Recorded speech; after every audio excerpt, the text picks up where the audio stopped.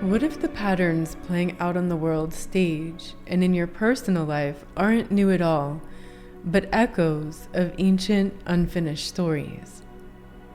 What if the weight you've been carrying isn't even yours? The fears, the trembling voice, the tightening in your body, could it be that all these aren't flaws, but frequency loops from a lineage that never got to complete its song? This episode is for the ones awakening not just for themselves, but also for the lineages that live through them. For those who feel the resonance of something ancient, not in their thoughts, but in their cells. Somewhere in your blood, there was a tower, built not for beauty, but for battle, a place to watch for what might come. You didn't build it, but you've lived in its shadow. What if that tower was never yours to defend? What if you were born to light it from within? Take a breath with me and let it move all the way into your bones, where new blood cells are formed. You're not broken. You're not behind. You're not late to your becoming. Today, I'm sharing a journey of remembrance, of what happens when we stop trying to fix or resist the past, and instead honor it. Welcome to Inner Integration. This is From Watchtower to Lighthouse, reclaiming what we're meant to steward. It didn't start with you, but it does live in you. Have you ever had a belief about a people, a food, a place, and had no idea where it came from, yet you felt it in a visceral way? Without logic or reasoning, you just knew it to be true. Well, what if it wasn't yours at all, but an unnamed resonance passed down through blood, breath, and bone?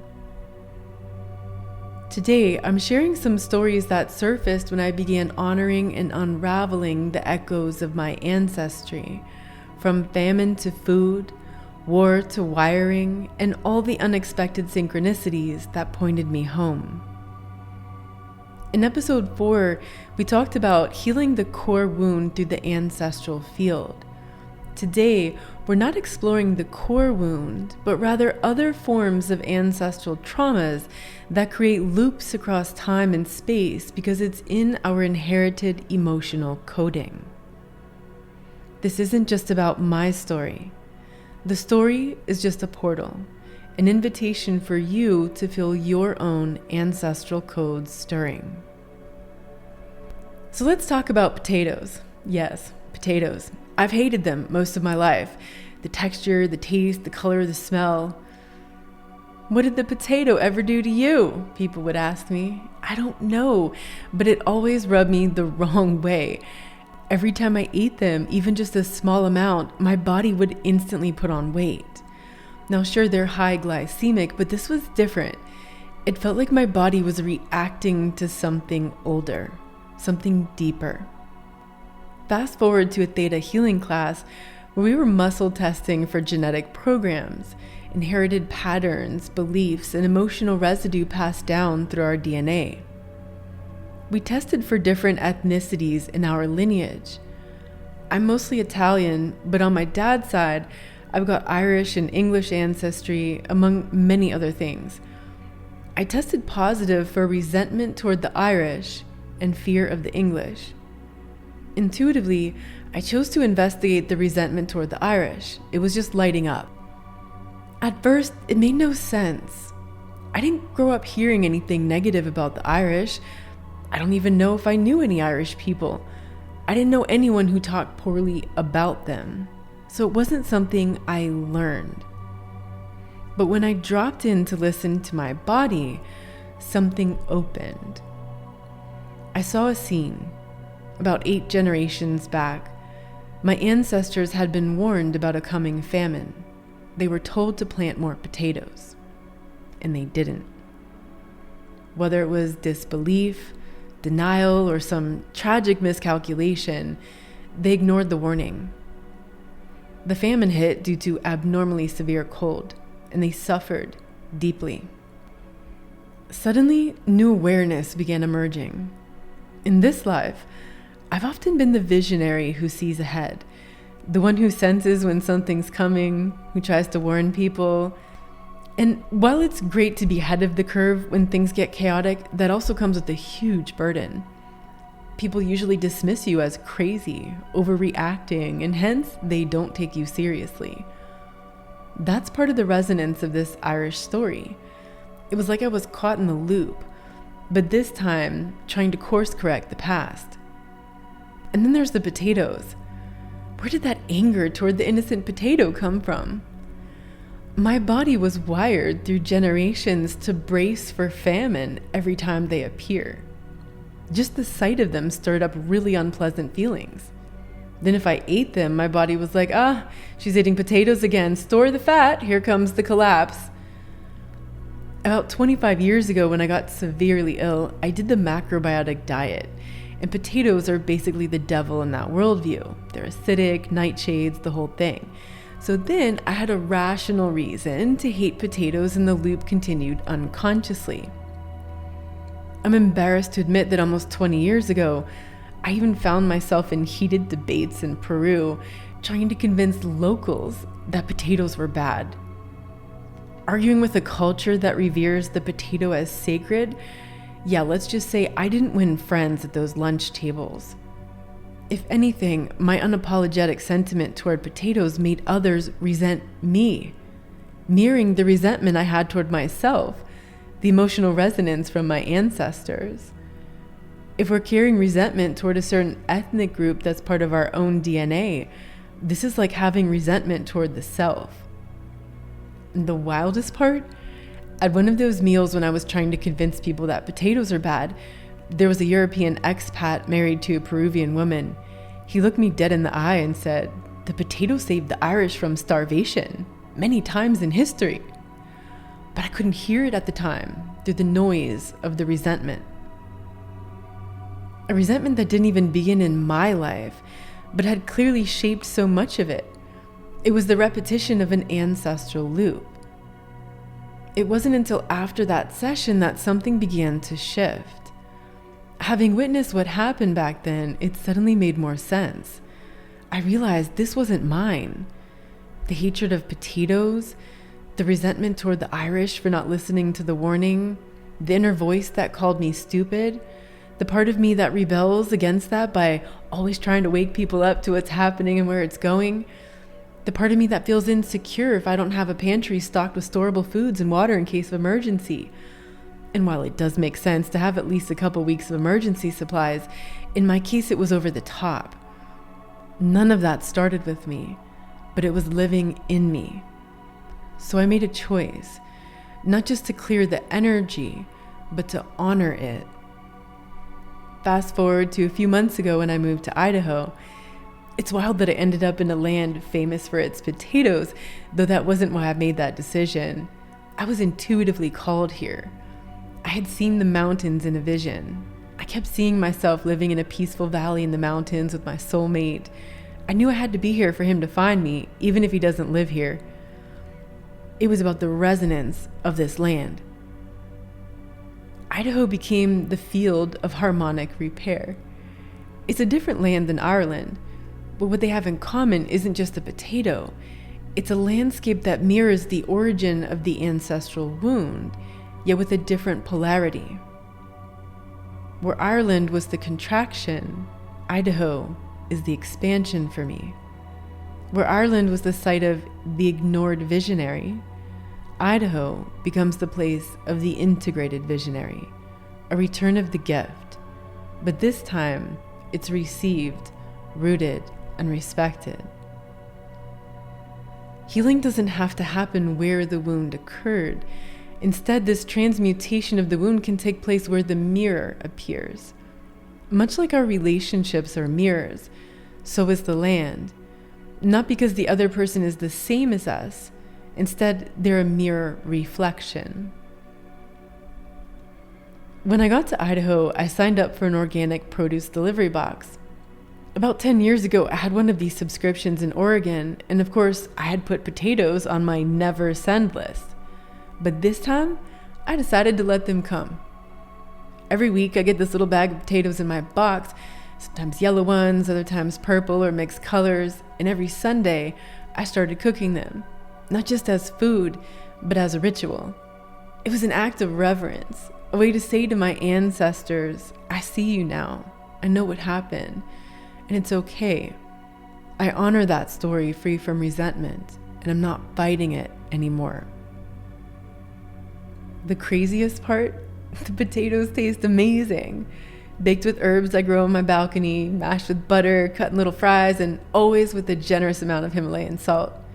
I can't believe how delicious and comforting they are. It's a whole different experience. And no weight gain. Why? Because my body was recoded.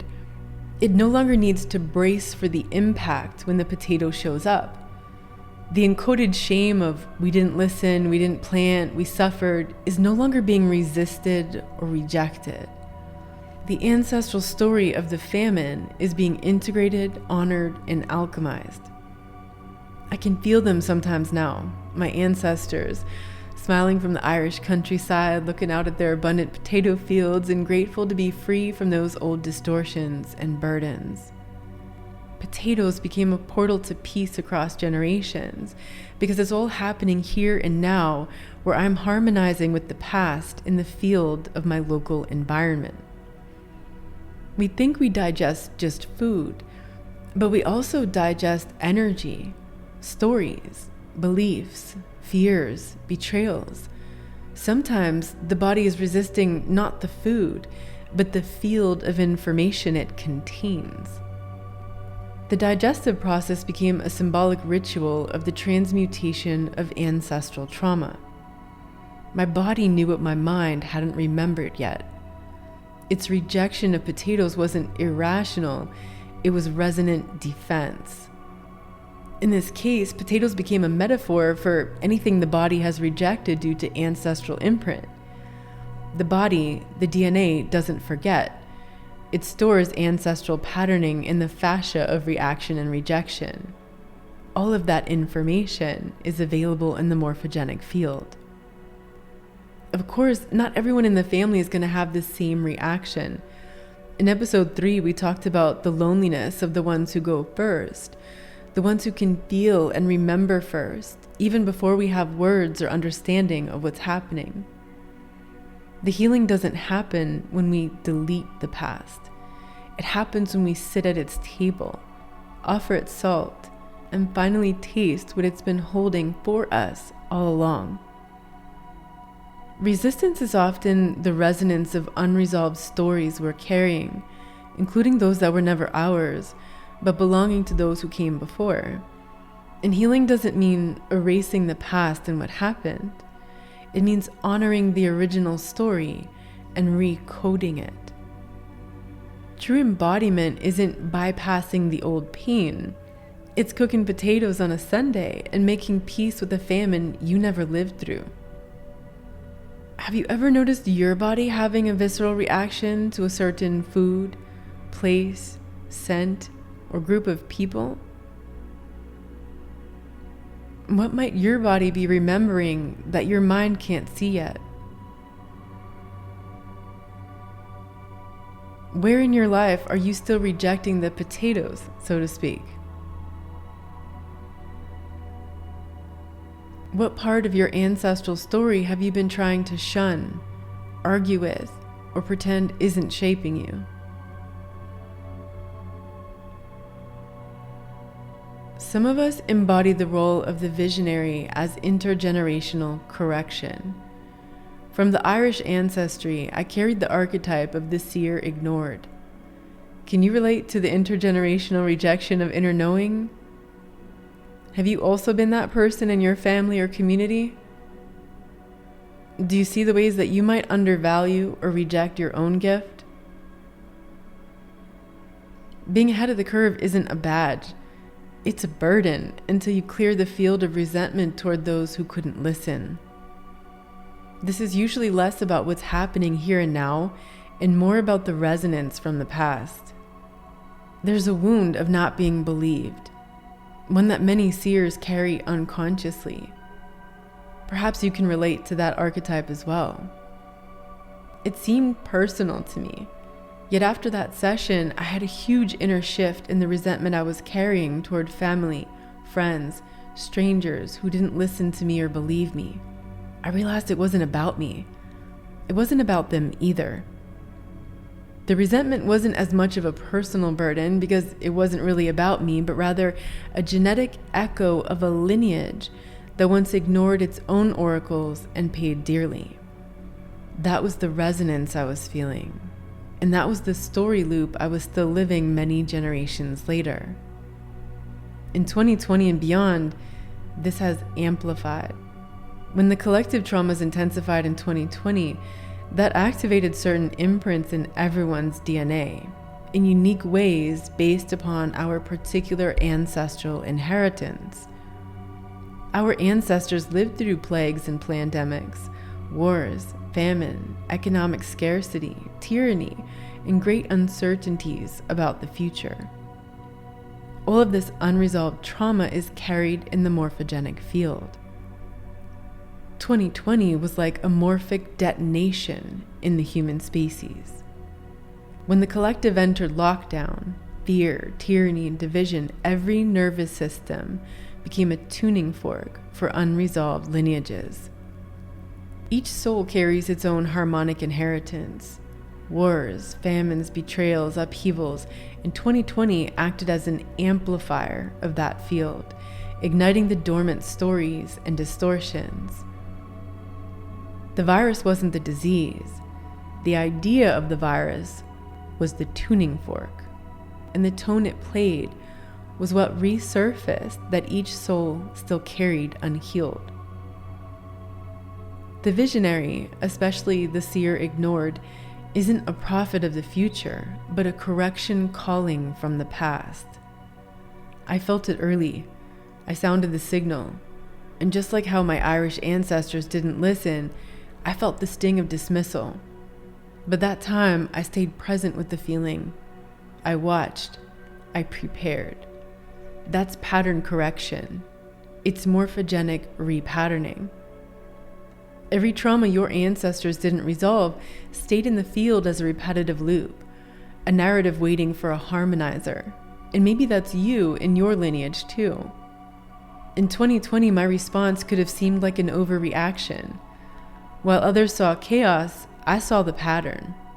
Not because I'm smarter or better, but because I'm encoded to remember. If you saw it early on too, you probably tapped into a similar ancestral story. Even if the rest of your family didn't believe you, that's okay. You were the one who remembered first. Every stored famine, every memory of tyranny and war, every silenced warning and ignored wisdom in my lineage pulsed through me. In that time, I listened. That's why I'm speaking up now about the pandemic of disconnection, how humans are rapidly losing the ability to connect at a neurological, emotional, and energetic level. We're more defensive than ever. Fight, flight, freeze, and fawn.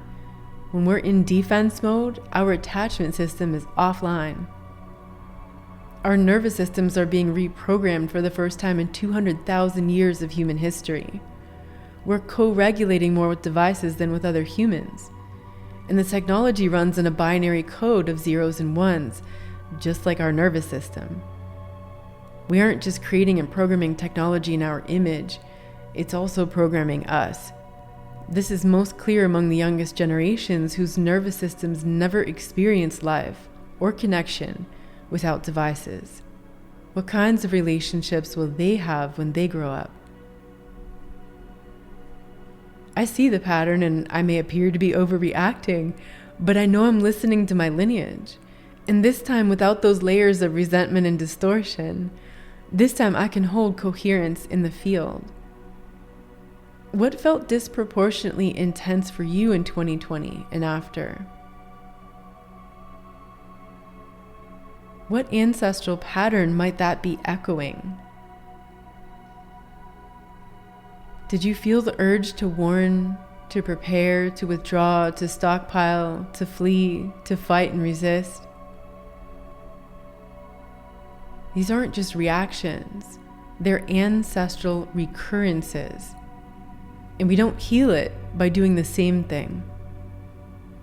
We each came into this life holding a code fragment, an unresolved note in a larger ancestral song.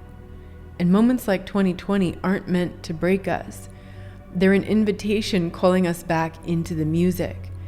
And if we dare to sing a new note, the whole lineage harmonizes behind and ahead of us.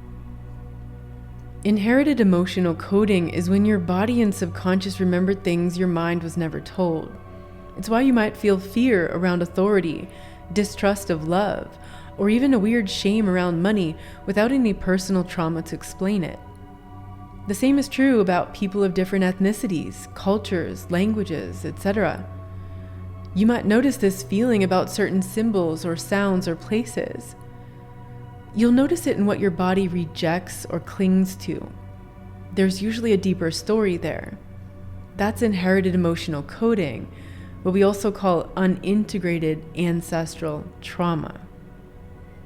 At its core, inherited emotional coding is the phenomenon where unresolved emotional experiences from your ancestors become the imprints in your nervous system. Even if you've never consciously encountered the original events, it feels very real. It's the vibrational dissonance left behind when a soul, lineage, or people experienced rupture and couldn't fully metabolize it. So these are not just memories, they're emotional templates, living in your DNA and the energetic field that surrounds it. Maybe you even notice that you have a particular fascination or obsession with a certain time in history. That could be a clue. You didn't start the story, but you are living it. And because you're living it, you can end it, rewrite it, or transform it.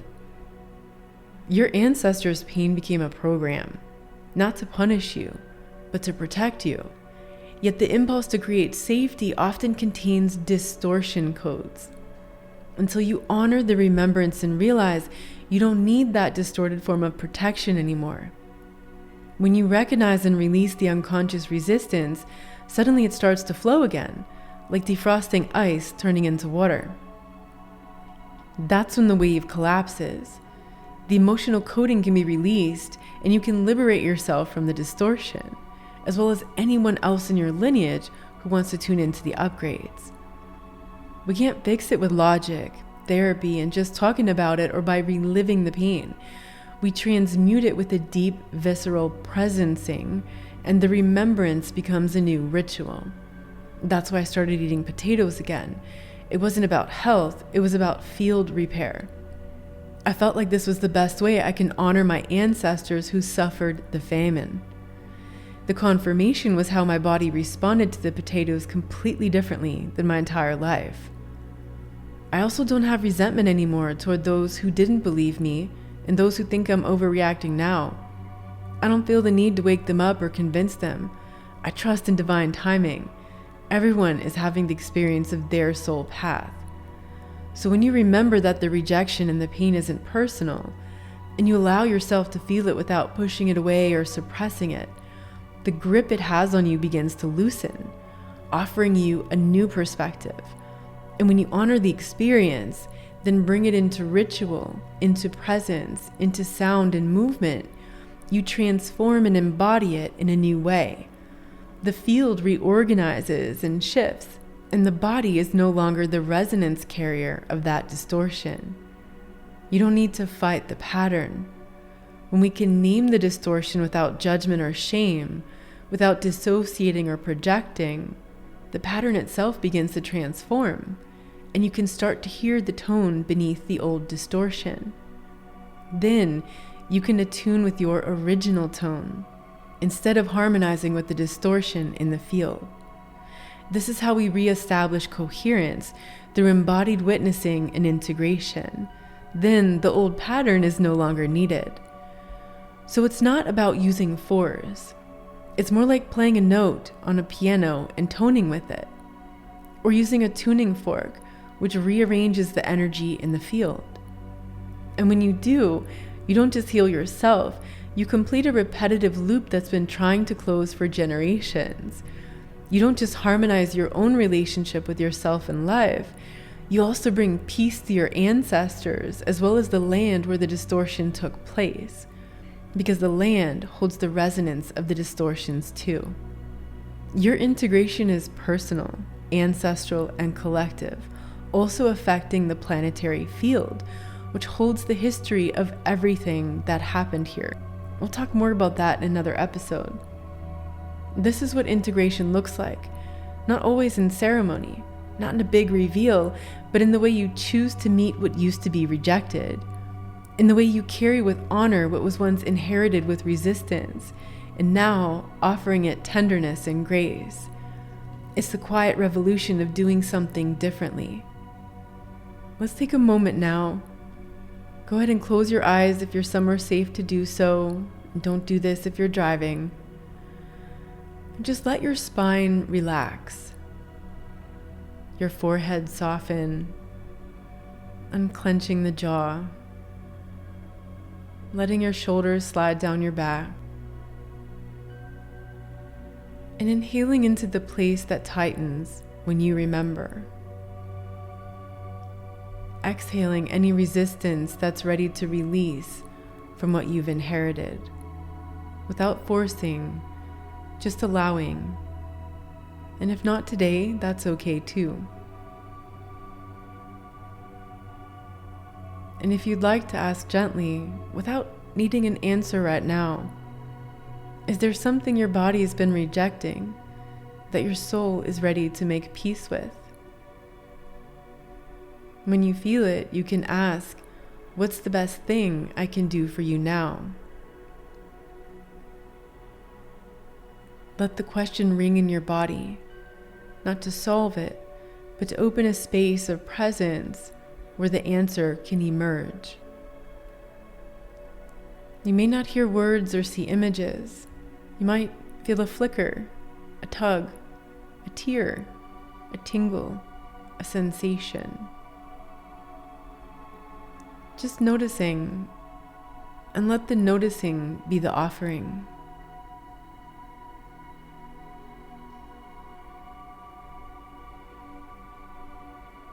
And when you're ready, coming back to your breath, and let's keep going into the land, the lineage, and the deeper lessons waiting here.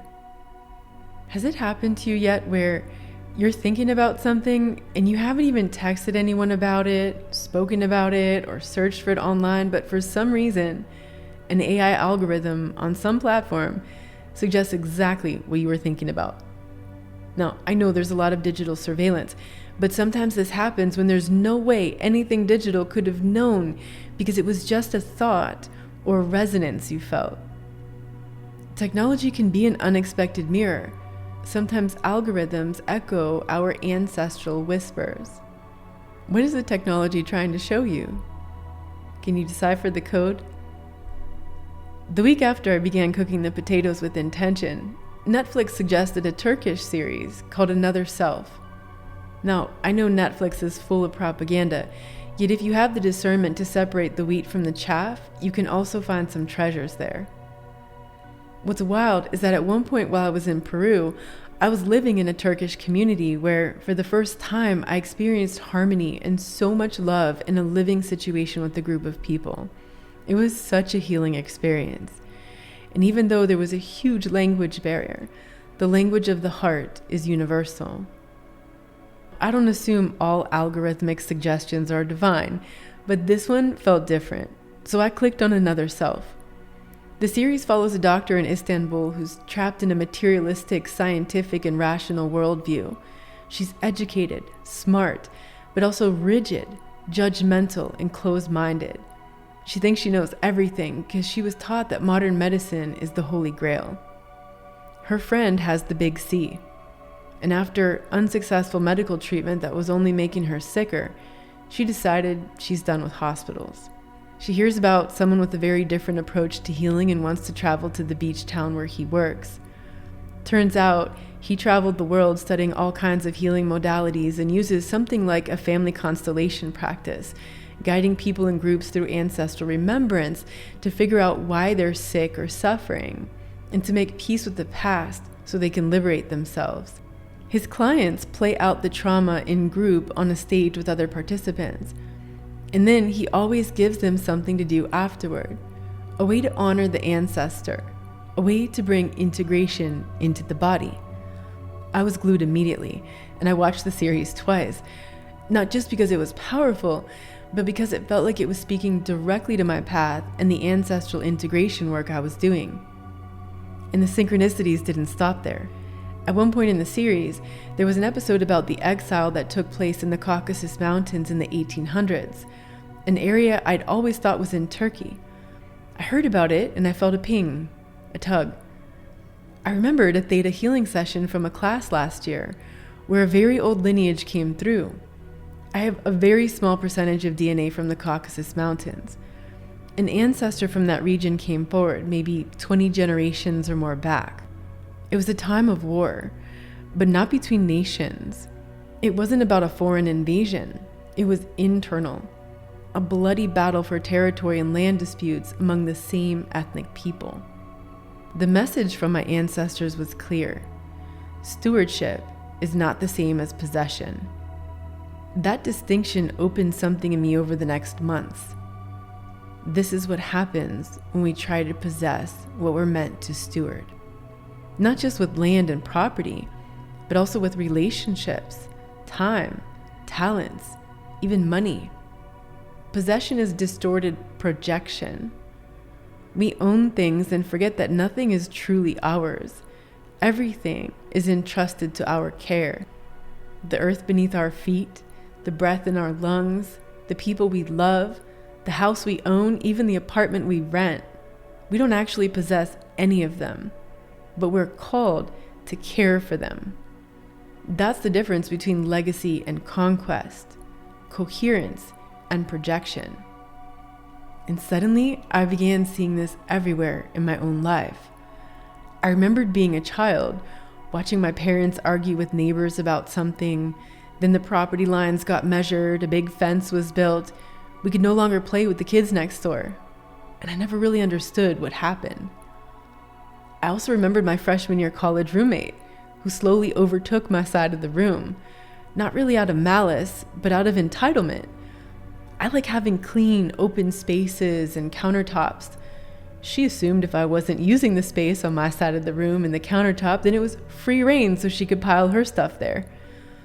In fact, I remember many neighbors I've had since, walking like elephants above me, invading space I tried to make sacred, stealing, spying, and threatening me for seemingly no reason. But suddenly, it all made sense. It wasn't personal. I was inside the resonance field of a lineage that didn't know how to steward the land, only how to defend it. And defense is the energy that invites battle. So anyhow, what I saw in that vision wasn't an external enemy like the Russian invasion that was shown in the Turkish series. Yet suddenly the series, that session with my ancestors in the Caucasus Mountains, my DNA, and these particular ancestral stories all began to overlap. So I looked up the Caucasus Mountains on a map. Turns out they're in the northern part of Georgia, the country, not the state. So I reached out to my Georgian friend who lives in a Western European country now. She got excited and started sending me photos of the mountains and her homeland, images that weirdly felt familiar to me. And then she asked me why I was asking. I told her about the ancestral integration session I did. She was blown away that I could have known this. And then came the towers.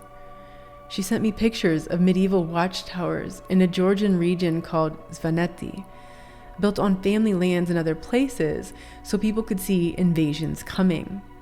She told me about all the invasions and also about the warring between clans. That's what I had seen in my vision. A line started playing in my mind, all along the Watchtower. That lyric had always struck a chord in my body, not because I liked the song or even know who the artist is, but it was as if my DNA was resonating with the theme of the battle. Built to surveil and defend, programmed by trauma to expect betrayal, invasion, violation, a reactive nervous system encoded into architecture. How we hold what we have, how we possess space, how we fear the invasion and live in a state of defensiveness, ever ready to fight, how we react when someone crosses a boundary, often a much bigger reaction than what's actually happening now. Because it's not just about now, it's about the emotional blueprint passed forward in our lineage. And the true medicine comes not from taking it back by force, but from redefining what it means to hold or own anything at all. Stewardship, not just of the land, but of energy, of lineage, relationships, wisdom, words, the silence between breaths. And when we shift into stewardship, the Watchtower becomes a lighthouse, and the battle dissolves. So I ask you to reflect, not with judgment, but with curiosity and compassion. What in your life have you been trying to possess instead of lovingly steward? What towers have you inherited? Habits of defensiveness, hypervigilance, territoriality? What would it take for that tower to become a lighthouse? After processing the earlier part of our conversation a bit, my Georgian friend told me she lost everything as a child when Russia invaded in the 1990s. Her family fled, left behind their home, the elderly, all the places they loved, and all their belongings, including her piano. She was 11 at the time. She hadn't played since she was a child because it hurt too much. The piano was bundled with a general sense of loss, a loss of something like a territory of a country she couldn't go back to, a sense of powerlessness and no control over what happened. As if it wasn't even possible to play anymore because the piano was linked to an insurmountable sense of loss. But more recently, when she turned 35, she decided to buy a piano. A month later, a piano teacher decided to open a shop 5 minutes from where she lives, so my friend started taking piano lessons again. In fact, she'd sent me a video of her playing a Bach piece just a couple weeks before this conversation. She told me that the song was meant to be played with 4 hands, and that her teacher would be playing the other part. And the wildest thing? Her teacher's Russian. And who knows what her ancestral story was, and why she left her homeland for Europe, ending up just blocks from my friend. But somehow, it's all connected. My friend bought the piano just after overcoming big fears and liberating herself from a black hole of a relationship. She got a new job, a new apartment, money started flowing, and she was traveling. She even got her driver's license and was doing things that had been on her bucket list for years. Once she'd broken through these limitations of fear, she was ready to play the piano again. That's when she realized that the sense of loss was an illusion. She could return to that inner territory anytime she wanted to, simply by sitting down where all the keys to the kingdom were at her fingertips. The piano wasn't just an object lost in war. It was a key to the unplayed song of her soul. And when she sat to play again, she wasn't just learning Bach. She was remembering herself. The return of the music, through the restorative relationship with a Russian teacher, dissolved the polarity that used to define her in opposition. These are the quiet moments of ancestral and planetary healing. Not in promised ceasefires or peace treaties signed on stages, but in simple acts of return. When an exiled child becomes a grown woman and chooses to reclaim her joy, not by erasing the past, not by solving the problem, not by becoming an anti-Russia activist, not by fighting the past or rebelling against it, but by making music through it. This is what completion looks like. That's how trauma loops dissolve, not with force, but with grace. And this isn't just her story. It's a mirror of what's possible when remembrance becomes integration. It's the cellular, historical, sacred work we're all being invited into. Because the ancestors aren't asking us to stay in pain to honor their suffering. They're asking us to hear our own tone and play again. To live what they couldn't, to feel where they weren't allowed, to make peace where they couldn't. And in doing so, we restore the harmonic remembrance in their honor, bringing peace to our ancestors and for the benefit of future generations. So as we close the circle for today, maybe ask yourself, what part of me stopped playing when the war began? And what if now you're the one who gets to bring the music back? There was one line from the Turkish series, Another Self, that stayed with me, maybe more than any other. At the end of each group constellation session, the practitioner would turn to the person who played the ancestor, usually the one whose actions or inactions had created the most suffering in the family, and he would ask them to say, "The best thing you can do for me now is..." That line lands like a tuning fork. It stops the cycle. It calls the energy out of blame, out of bypass, out of suppression, out of identity and story, and into integration and wholeness. Because the truth is, our ancestors don't need us to fix what happened. They need us to carry it forward differently. That's how we honor them. So I started listening more, not just with my ears, but with my cells. What were my ancestors asking for? What could I do for them, not just for me? And listening is how we start to remember. This is the deeper lesson of what it means to steward instead of possess. This includes our lineage, our DNA, our ancestry. Possession is genetic supremacy, entitlement, and pride. On the flip side of possession is the disempowerment of loss and defeat. This is the energetic distortion at the core of colonization, genocide, ethnic cleansing, war, and spiritual elitism, even relational dynamics of control. Stewardship is listening, attuning, presencing, caring for with responsibility, honoring, and reclaiming. Possession says, mine. Stewardship says, entrusted. This distinction applies to our land, our trauma, our talents, our time, our voice, and also to our ancestors. They're not possessions to be defended. They're frequencies to be remembered, refined, and released. How we hold what we have is a reflection of our lineage's relationship to land, space, self, and sovereignty. Sovereignty is not about defiance and defense. It's about coherence. I decided I wanted to go to the Caucasus Mountains one day to connect with the land and maybe plant a tree for my ancestors. My friend said she'd go with me as a guide and a translator. That will be a beautiful integration symphony for her and me. All of this, the potatoes, the famine, the Caucasus Mountains, the fences, the piano, the music, it's all part of a much larger remembrance. Because what's happening in the world right now, the wars, the discrimination, the hatred, the fear of the other, isn't new.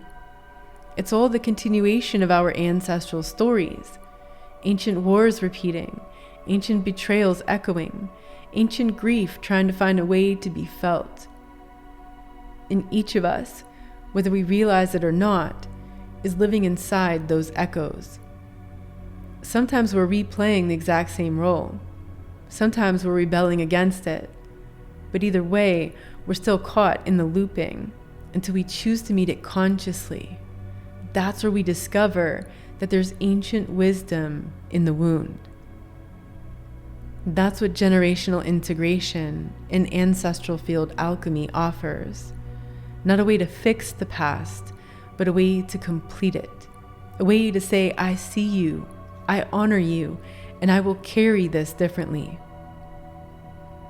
And when we do that, something shifts, not just in our minds, not just in our bodies, not just in our families, but also in the collective field. Because integration isn't just personal, it's planetary. And the most radical thing we can do now isn't to fight harder or to try to convince other people who's right. It's to listen deeper, to feel what our ancestors weren't allowed to feel, so we can stop repeating the resonance of these stories unconsciously, repurposing the old watchtowers and becoming the lighthouses for future generations. So can we take a breath right now and just let it all land as we gaze inward while current events are taking place in our world? And instead of reacting impulsively and automatically, or just ignoring it and shutting it all out, can we remember to breathe, to listen, to feel, to presence what wants to be heard, so we can hear the tone in the divine orchestra of our harmonic symphony beyond the distortions. This is about non-reactive engagement with what happened and what's happening. And rather than collapsing into polarity or projection, or suppressing and numbing it to get by, or bypassing it with spiritual abstraction and trauma phrasing like, it is what it is, there's a third way, one of remembrance, resonance, reclamation, and embodied sovereignty. So I'll leave you with this for today. What story are you still continuing unconsciously? How do you see it in your life? Again, not to judge or blame, but with curiosity and compassion for the purpose of empowerment and liberation. And what would happen if you chose to complete the story instead? As tensions rise in the world and in our communities, it can be tempting to pick a side, to fight the fight our ancestors never finished, to defend the land, the border, the identity, the supremacy, all distortions of safety and projection. But what if we did something different this time? What if, instead of continuing the war, we completed the loop? Not by checking out, not by ignoring the suffering, but also not by getting entangled with it. Instead, by choosing to carry the energy differently. The nervous systems of people and the planet are dysregulated, increasingly so with every new generation that continues the distorted emotional resonance of the past. What heals it is coherence, not more activation. The ancestral echo means we are subconsciously carrying out their stories and we don't even know why. What belief do you have about others that's actually a hidden belief about yourself? What we clear in ourselves liberates many who came before us and makes space for those yet to be. Your healing isn't just personal, it's participatory. So let's rewrite the story, one breath, one ritual, one remembrance at a time. If your lineage holds the memory of war, and you feel the pull to pick up the same weapons, ask yourself, what if the best thing you could do for them is to lay down the arms? Trauma loops don't end in confrontation, but in conscious discontinuity. And what if the most radical act is to stop the cycle, not by erasing it, but by embodying something else entirely? Completion isn't betrayal. Non-reactivity isn't weakness. Coherence isn't passivity. It's the most radical act of remembrance there is. Our ancestors don't need us to suffer. They need us to remember. Individual memory becomes planetary restoration. We were never meant to fight our ancestors' battles. We were meant to feel what they could not, and in doing so, become the ones who play the song they never got to hear. Thank you for taking this journey with me today. If this speaks to your soul, make sure to subscribe or follow wherever you listen to podcasts. Share this with someone else on the path, someone who's ready to go deeper, beyond the surface of healing and into true integration, beyond the personal and into the ancestral and collective layers too. And if you'd like to leave a message or a note for me, something that resonated or something you want to hear more about, you'll find a link in the show notes where you can do that. If you'd like to work privately with me, you'll find the link for one-on-ones in the show notes or on my website, innerintegration.com. I also have a 3-month program called Becoming You, for those who want a guide to walk with you as you take a deep dive into your own inner alchemy of wounds into wisdom, embodying your purpose and leading with light. If you'd like the opportunity to do some of this work with me at no cost in exchange for your courage to share your process with the world, you can apply to be a podcast guest with the link in the show notes. Remember, keep listening within. No more playing small. It's time to remember who you are. The world needs your wholeness now more than ever. You're not the wound. You are the medicine. Let your trauma become your map to purpose. Thank you for joining me today for this transmission of the Inner Integration podcast. Remember this, you're not broken, you're not behind. Your trauma wasn't a detour, it was initiation, an immersion into the very wisdom your soul came here to embody. To go deeper into this work, visit innerintegration.com. And until next time, big hug to you.